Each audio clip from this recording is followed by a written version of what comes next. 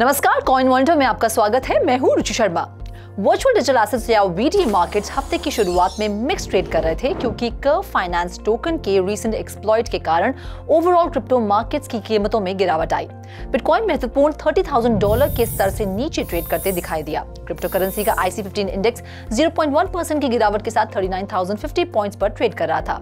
एक दिलचस्प खबर में बाइनेंस दुबई में मिनिमम वायबल प्रोडक्ट लाइसेंस प्राप्त करने वाला पहला क्रिप्टो करेंसी एक्सचेंज बन गया, जिसकी वजह से ये लाइसेंस फर्म को दुबई में रिटेल और इंस्टीट्यूशनल इन्वेस्टर्स को कई क्रिप्टो करेंसी सुविधाएं प्रदान करने की अनुमति देगा। इसी के साथ साथ हांगकांग क्रिप्टो करेंसी एक्सचेंज को रिटेल इन्वेस्टर्स को प्रोडक्ट्स पेश करने के लिए क्रिप्टो करेंसी सेक्टर में एक क्लियर रेगुलेटरी फ्रेमवर्क प्राप्त हुआ है। हांगकांग फाइनेंशियल मार्केट के तेजी से विस्तार ने इन्वेस्टर्स का ध्यान इस तीव्र और महत्वपूर्ण बदलाव की ओर आकर्षित किया है। इसी बीच कर्व का CRB टोकन वीकेंड में एक समय में 19% से अधिक गिर गया और हाल ही में 15.7% गिरकर 63 सेंट्स पर ट्रेड कर रहा था। इस हफ्ते के लिए US jobs data economic spotlight में रहेंगे और इन्वेस्टर्स धीमे एम्प्लॉयमेंट मार्केट के संकेतों की तलाश करेंगे, जो संभवतः सुझाव देगा कि इन्फ्लेशन नियंत्रण में था और फेडरल रिजर्व इंटरेस्ट रेट में बढ़ोतरी को रोक देगा, जिसका असर एसेट मार्केट्स पर पड़ेगा। इस बीच इथेरियम फाउंडेशन ने पहली बार आज ही के दिन 8 साल पहले अपने नेटवर्क के लॉन्च की घोषणा की थी। तब से नेटवर्क में महत्वपूर्ण बदलाव हुए और ये $224 बिलियन के मार्केट कैप तक पहुंचने वाली दूसरी सबसे बड़ी क्रिप्टो करेंसी साबित हुई। दिलचस्प बात यह है कि यूजर अडॉप्शन में वृद्धि और यूजर्स की एक महत्वपूर्ण इन्फ्लक्स के साथ लीडो फाइनेंस लिक्विड स्टेकिंग में मोमेंटम गेन कर रहा है। लीडो फाइनेंस के पास इथेरियम स्टेकिंग मार्केट शेयर का 31.7% है, जो कई प्लेटफॉर्म्स पर 24 मिलियन स्टेक में से 7 मिलियन से अधिक ETH की सुविधा प्रदान करता है।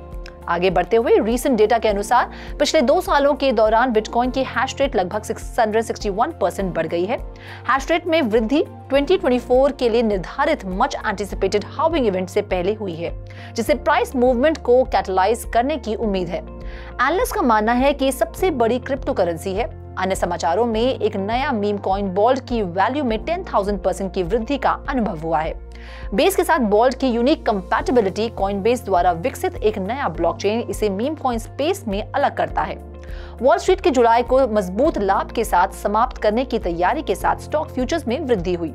Dow Jones industrial average futures 0.1% बढ़ा, जबकि S&P 500 फ्यूचर्स 0.1% बढ़ा। नैस्डैक 100 फ्यूचर्स में भी थोड़ा नीचे ट्रेड किया था। बिटकॉइन 0.3% की बढ़त के साथ $29,382 पर ट्रेड कर रहा था। दूसरी सबसे बड़ी क्रिप्टो करेंसी इथेरियम 0.4% की गिरावट के साथ $1,868 पर ट्रेड कर रही थी। सोलाना SOL 1.7% की गिरावट के साथ $24.5 पर ट्रेड करता नजर आया। कार्डानो का EDA टोकन 0.6% की गिरावट के साथ $0.31 पर ट्रेड करता नजर आया। अवलांच AVAX 1% की गिरावट के साथ $13.1 पर ट्रेड करता दिखाई दिया। पॉलीगॉन मैटिक 1.4% की गिरावट के साथ $0.70 पर ट्रेड कर रहा था। पॉपुलर मीम कॉइन डोज 1% की गिरावट के साथ $0.079 पर ट्रेड करता नजर आया। शिबा इनू में 1.1% की गिरावट देखी गई। रिपल का XRP टोकन 2.5% की गिरावट के साथ $0.70 पर ट्रेड करता नजर आया। पोल्काडॉट 1% की गिरावट के साथ $5.2 पर ट्रेड करता दिखाई दिया। BNB 0.5% की बढ़त के साथ $243 पर ट्रेड करता दिखाई दिया। आइए देखते हैं क्रिप्टो करेंसी मार्केट पर हमारे टेक्निकल एक्सपर्ट की क्या है राय।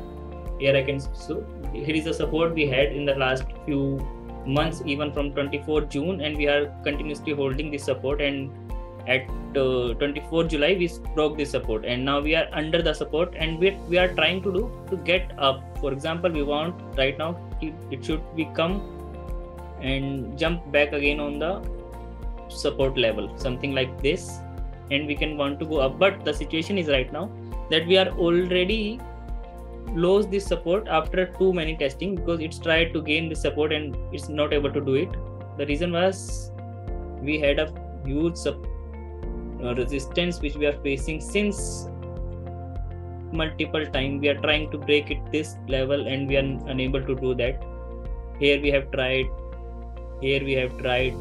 and we again failed multiple times. So now the issue is like if we are gonna up or down, that is so much predictable or not. Now we will understand that are we bullish or bearish? Should we stay bearish on this chart, or should we go for like, okay, pack your bag and go to McDonald's?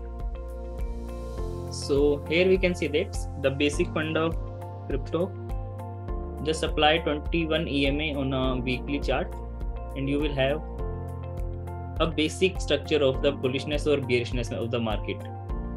Here you can say there is a blue line on the chart. It will show you that market will go up or down in a very similar or short-term way. Here we can see. Let me show you. So this is a 21 weekly EMA, which show that we have a support level at this level. So this is the bullishness of the market. Once we are above this line, we will continue grow up and up. Once we break this line, we have very little chance that we will come back and continue our journey. You can see that here we broke the line and here we climb up the line and we are continuously growing up. हमसे बातचीत करने के लिए बहुत बहुत शुक्रिया। Coin momentum में फिलहाल इतना ही। मुझे दीजिए इजाजत और आप देखते रहिए 3.TV और ज्यादा जानकारी और स्टोरीज के लॉग ऑन करें हमारी वेबसाइट www.3worldstv.io पर या फिर QR कोड को स्कैन करें।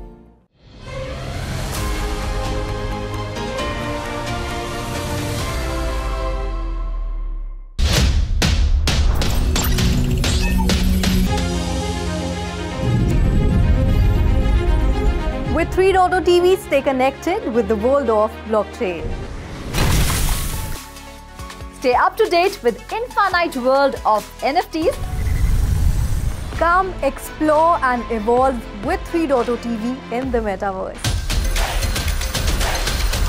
So many coins, so much volatility. 3.TV delivers the news that matters.